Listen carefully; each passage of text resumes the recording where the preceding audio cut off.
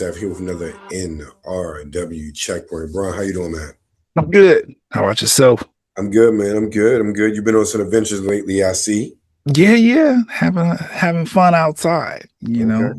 spring breaking things. Well, it's over now, but Got you. Speaking of things breaking, we got some news that have been happening in the past couple of days. Really? PlayStation closed another studio. I feel like that's every day at this point. Yeah, and I ain't even really pull it up. I just saw it and I was like, damn, another one. This one hadn't even published the game yet. And the head of the studio was the head of another studio they had closed. I'm like, man. They also are pulling back on their mobile gaming. So some of the titles that they publish and they're supporting now, like MLB The Show and a couple other ones, like that's it. No more efforts in the mobile gaming. And they've also laid off a small amount of people around the company. I was like, goodness. And I thought they're supposed to be making money. Like it's so weird how they are touting the success, but all you ever hit one, we're not getting any games out. Ain't getting any games out. And then two, no, we did get Marathon. But I don't want to count that.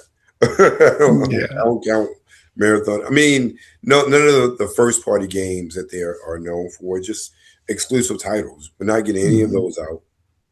And also, you're selling consoles, but nobody's buying games. And then you are charging people different prices on your store depending on where they live. Right. Crazy. That was out last week. I'm like, yeah, like, what are y'all doing? Oh, and then on top of that part, the Nintendo announced today that they're going to do the thing that we've been asking questions about for the longest time. The digital copy is going to be $10 less than the physical copy, which makes sense. Yeah. There are less factors involved in creating the digital copy than the physical. Duh. Exactly. Should have been there that. We've been asking that for the longest time because it didn't make any sense why the digital version costs just as much as the physical. The physical version, you have to print it, do all of the plastic and stuff, and then there's a shipping cost involved in it as well to retailers. And store space, like there are so many extra costs involved. Why am I paying the same price for a digital when all I do is literally you're hosting on your server? I ain't paying for the internet to download it. I'm paying for the electricity for my box to download it. Like I am absorbing some of your costs in this. Why in the world am I paying the same price as a physical retail copy? That made no sense to me whatsoever. And that's from the beginning. Yeah. Glad that they they the ones that came to a point where they was like, you know what?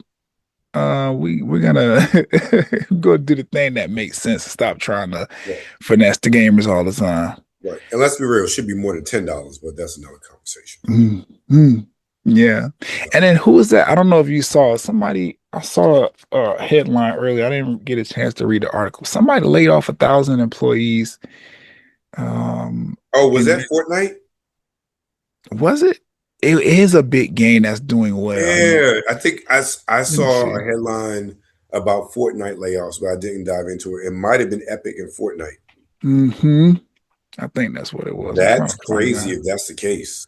Yeah, because what does that mean? Like, are they just gonna let the game coast, or like, are there new developments? I don't understand. Yeah, Epic Games laid off 1,000 employees.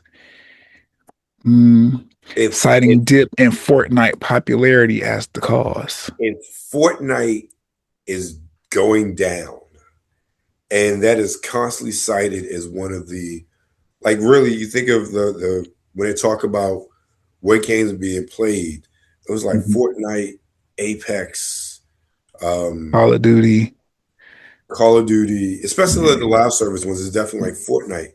Like they take up a large chunk of what most people play. So all these other games get like teeny little slivers of the pie. And if Fortnite is going down, and in contrast, nobody's going up. Right. That's not a good sign. We've said before about the trajectory of this does not look good. Yeah, you said plenty of times, gaming is starting to become more of a luxury hobby. Yep. And then, they hedging all these bets on AI, and we're seeing that bubble start to burst with Which I'm glad. OpenAI I'm getting tired of ready to AI. soar. Yeah, me too. Get it out of here. Like, They're sure, doing it's beneficial with cutting down how much time you spend looking at things on Google, but I still like to read. So even that's a problem yeah, because now they're using AI to do the headlines. So the headlines will say one thing, you read the article, it says something totally different. And I've yeah. seen that so many times between Google and Bing. I was like, dude, I'm just gonna stop. I'm just gonna stop. That's what they want you to do. They don't want us to find the information. Yeah, for real. Look, we're about to go back to newspapers straight up. Print. No AI there. You're right. I don't know. That's a whole other conversation. But right. We got a little bit of goodness with Nintendo, a lot more doom and gloom with both Sony and Fortnite. Gaming wise, not Nintendo, Xbox had a partner showcase today, which had a buttload of games in it. Okay, I didn't even hear about that. Yeah, definitely. Yeah. It was there were rumors last week, but since I followed like Xbox, I saw like the placeholder on YouTube for like the past couple days, and then I'm like, oh yeah, the 26th. So I ended up looking at it a couple hours ago. Okay. And one of the things I noticed that I liked and I loved and hated it, right? A lot of games that were showcased, they said what platforms they were for. Well, all the games showcased said what platforms they were for. But a couple also said PS5, Switch, and Steam. I didn't like that at first, but then I realized only about a third of the games had PS5 on there. And or I didn't see Switch on a lot of them either. And I'm like, so a lot of these are Xbox exclusives. Yeah, that's what it sounds like. So that was interesting to me.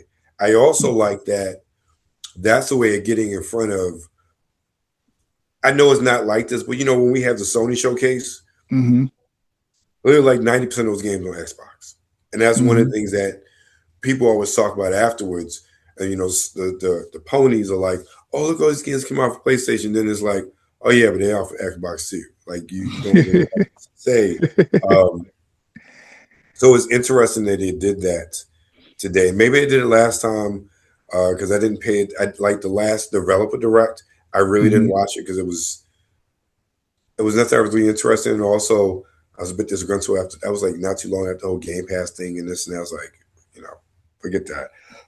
Excuse me. But I thought it was really interesting. They had, again, one thing I always say about Sony we're not seeing, they have a diverse amount of games. Not even the first party, so a lot of it's going to be multi-platform, but still a diverse amount of games and types of games that were there. And one of them really struck my fancy, and I actually included that in the trailer. So I wanted you to see that, and I thought it was going to be I just love the premise of that game, personally speaking. Okay. But let's get into our games of the week, and our games of the week, where our highlights are dominated by collections of games that we wanted to play for God knows how long. Right. First up is the Marvel MaXimum collection on the PS5, Xbox Series systems, Switch, and PC. Excuse me. Marvel MaXimum collection features X-Men the arcade game, Spider-Man X-Men Arcade's Revenge, Captain America and the Avengers, Spider-Man Venom Maximum Carnage, Venom, Spider-Man Separation Anxiety, and Silver Surfer. So you got pretty much the host of premier Marvel titles from that 90s period, arcade, Genesis, and Super Nintendo, and NES too, because Silver Surfer's on NES, and also I believe the version of Captain America and Avengers from the NES is on there as well. So you get all those games on, and really the only game most of us care about is X-Men the arcade game. That's right. That's it. And that has 6-player online co-op. Okay. That's all we care about. Fantastic. Yeah, exactly. Which I'm still playing that. Oh, go ahead. Go ahead. Still playing what? The Cosmic Invasion game. Oh yeah, same here. I'm stuck though on what's his name? No, the like the symbiote. Oh no, the symbiote king. Yeah. I can't beat him. Well, I haven't beat him yet. Either way, good stuff coming out of Marvel. I'm not mad. Yep, I agree. Next up, we have Mega Man Star Force Legacy Collection on the PS4, 5, Xbox One, Series System, Switch, and PC. Let me tell you, one thing I love about Capcom. They put out these legacy collections. They put it out on everything. And I appreciate them for that because there's no reason why there isn't a version for the PS4 or the Xbox. Right. Especially when you make it for the Switch. No reason. That's why with Marvel MaXimum Collection, that's real. Why is there no version for the PS4 or the Xbox One when you got it on the Switch? That doesn't make any sense to me. Right. From a power perspective, but it is what it is. So Mega Man Star Force Legacy Collection is a compilation of Mega Man video games. They include the following: Mega Man Star Force Pegasus, Mega Man Star Force Leo, Mega Man Star Force Dragon, Mega Man Star Force Zerker times Ninja, Mega Man Star Force Zerker times Surian, Mega Man Star Force 3 Black Ace, and Mega Man Star Force 3 Red Joker. I didn't know there were so many Mega Man Star Force games. I was just getting ready to say, I didn't know there's that many Mega Man games, period, let alone the Star Force franchise. Like, damn, Mega Man been out here like that? Yeah, apparently. I mean, I've played a Mega Man game or 5 in my day, but this is a lot. Yeah, that is a lot. And that's not even mainline stuff. Right. So, there's a lot out there. And last, we have Screamer on the PS5, Xbox Series Systems, and PC. Screamer, a reimagining of a 1985 racing game. It's going to be 1995, not 85. Racing game returns in the form of a futuristic, story-driven racing game featuring animated cutscenes created in collaboration with Japanese animation studio Polygon Pictures and featuring the voice of Troy Baker. Troy Baker's Bender, right? No. Is he Bender? Or is that Nathan Drake? Huh? Is that Bender? Yeah, Troy Baker. I think it's the voice of Bender. I'm even thinking of Bender on Futurama or Nathan Drake in Uncharted. I forget. Oh, maybe. I'm assuming they tell us in the trailer. So yeah, let's do it. Let's check out the trailer for Screamer. So I feel like it's going to be a Bender. ぼんやりした無数の光僕らの明日に何があるの限界で歩き疲れたよ逃げたい時代は分断し続けウィークが暴れ出してくると見えないもやが本当に開いていい波の中で割れたバックホールされると思うかワイドライト日が来るバウンスで窓をライゼルと手を青にワクダのワクダのざまでフェイクアドにサミンワが本当に Don't stop 迫り来る現実この手でバズバックこと見ないそんなことはどうでもいいと吐き出してしまいそうだ One more race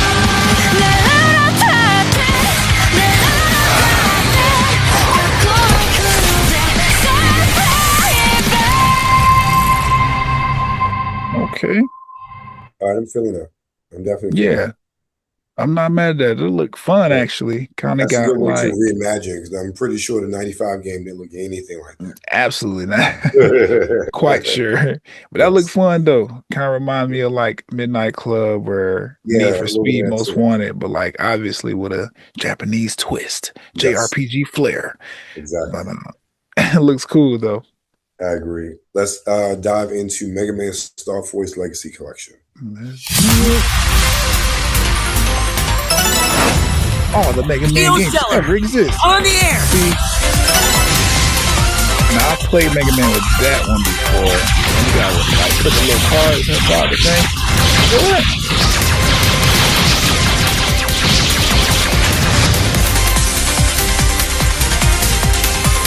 I'm struggling to see the difference. Speed boost, okay.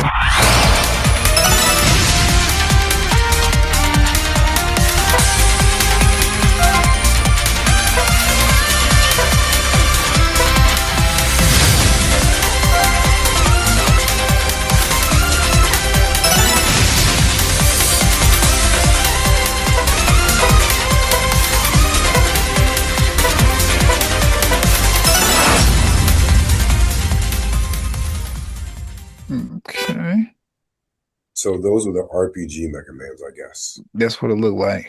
Okay. Mega Man nonetheless.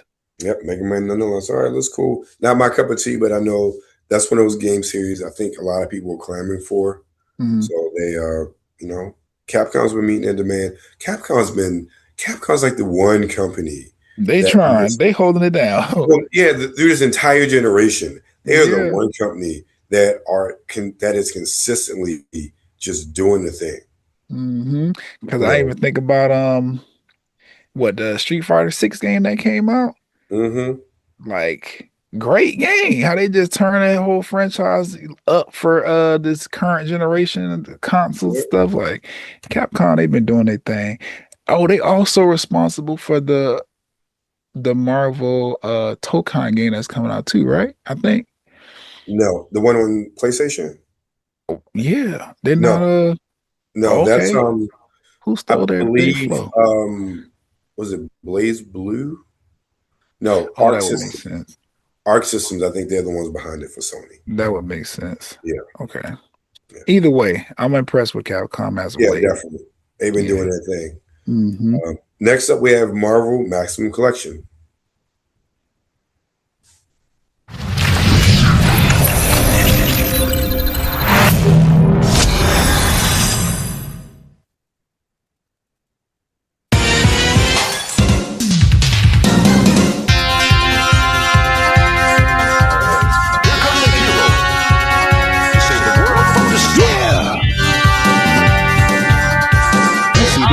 This right here, this is why we need what's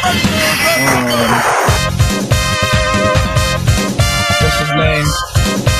When I teleport, we need all of these characters in the Cosmic Invasion. Nightcrawler, all that.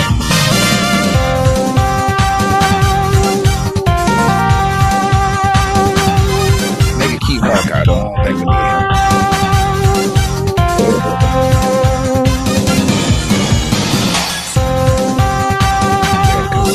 I ain't got no Cyclops and Marvel Cosmic Invasion. But we got Phoenix and Wolverine.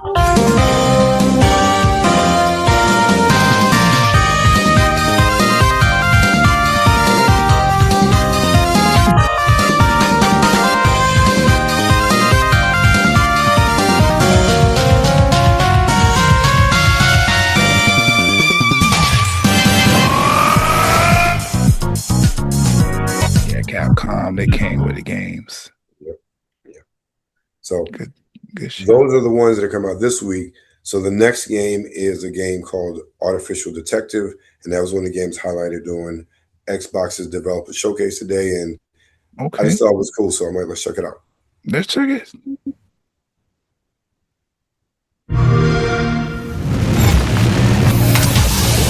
Just take care of your little freaking Robo-Zoo and let me do my thing.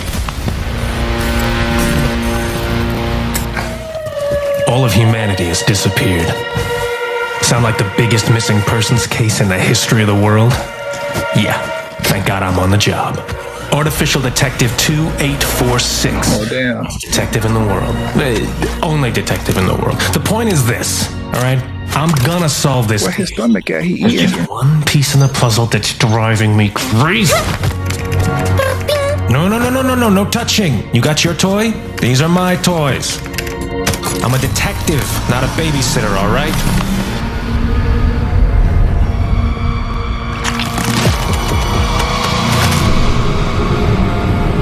What?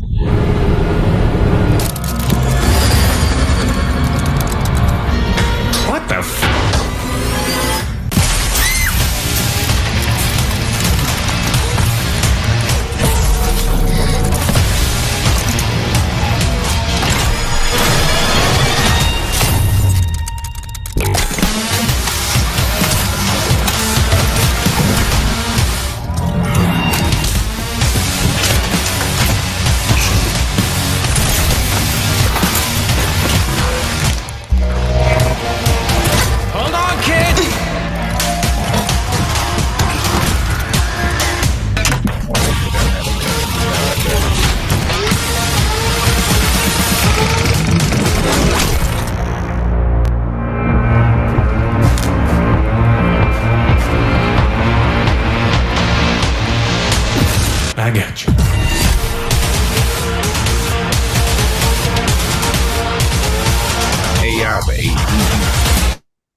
Okay. Yeah, that one really impressed me. Yeah, it looked good. It looked good. I'm interested in like what's going on, the world itself. Like, what are Yeah, these? exactly. Like it frames a really cool world that I'm like, what Mm-hmm. happened? Like that's one of the things that watching the showcase in general, and Mm-hmm. not saying games didn't look good, but games, everything seems so similar now as far as mechanics, settings, and a lot of it really comes down to the story and what kind of world they're building. And that's Mm-hmm. what really differentiates games, in my opinion, in a lot of aspects now. What sort of world does this build, and do you want to learn more about it? And this is a game, just seeing the trailer, I'm like, oh, I want to know more about this. I want to see this story. I want to see how this plays out, because Yeah. it looks very interesting. And again, it's not necessarily anything new as far as like premise, but the Right. execution looks unique. Definitely. Definitely. Because it kind of remind me a little bit of like Resident Evil, but then like there's this I don't know, something about it also is, yeah, it's very unique. I'm interested. Yeah, I agree. I agree. So that's it for our games this week. Brian, what's going on with you, man? I'm nothing. I'm relaxed. Well, no, I'm getting ready to, put out another episode of the Sci-Fi Out Loud podcast here. Oh, did I have it up there? Maybe not. Can't really see my picture like that. Either way, oh, there it is. Yeah. Um, as you know, I made my way to MegaCon this past weekend. My first time going to MegaCon. I think that was my first convention period, if I'm not Oh, really? mistaken. Wow. Yeah, because I've attempted to go to some things, but I don't think I've ever made it. Either way, they do MegaCon here in Orlando like every year, Right. and for the past like 3 or 4, I've been telling myself, I gotta go, I gotta go. This my people in there. And yeah, this year I made it and it was cool. It was great. So this is a little review recap type episode coming out for the pod, and also talking about how it's informing me for DreamCon in Houston later this year, because I'll be going to that as well. Okay. So yeah, we convention talking on this next episode. Other than that, school's back in swing. So back going to class after work 2 nights out of the week, and then doing assignments online. It's very aggravating, but um the goal is more money, and so this is what I got to do. So I'm trying to get it. Right. Um, Other than that, man, I'm chilling and just enjoying life and the things that come along with it. What about yourself? What you have going on? So I'm finally starting to get some video out that I've had sitting there. So I finally got my videos out for Better Back Stories and for Okay. Square Graphics from AwesomeCon last year, even though we just had AwesomeCon this year. Yeah. Also, my walkthrough from HawkCon 2026 is out on the socials. It's not quite out on YouTube yet, but it'll probably be out by the time this is there. So I'm getting back in the swing of things slowly but surely. So stay tuned for more here, more there, more everywhere, and of course, you know where you are, Nerds of the World. Make sure you follow us on Instagram at New Blues Wednesday, Twitter at the NRW, and of course you're on YouTube. So make sure you like, share, subscribe.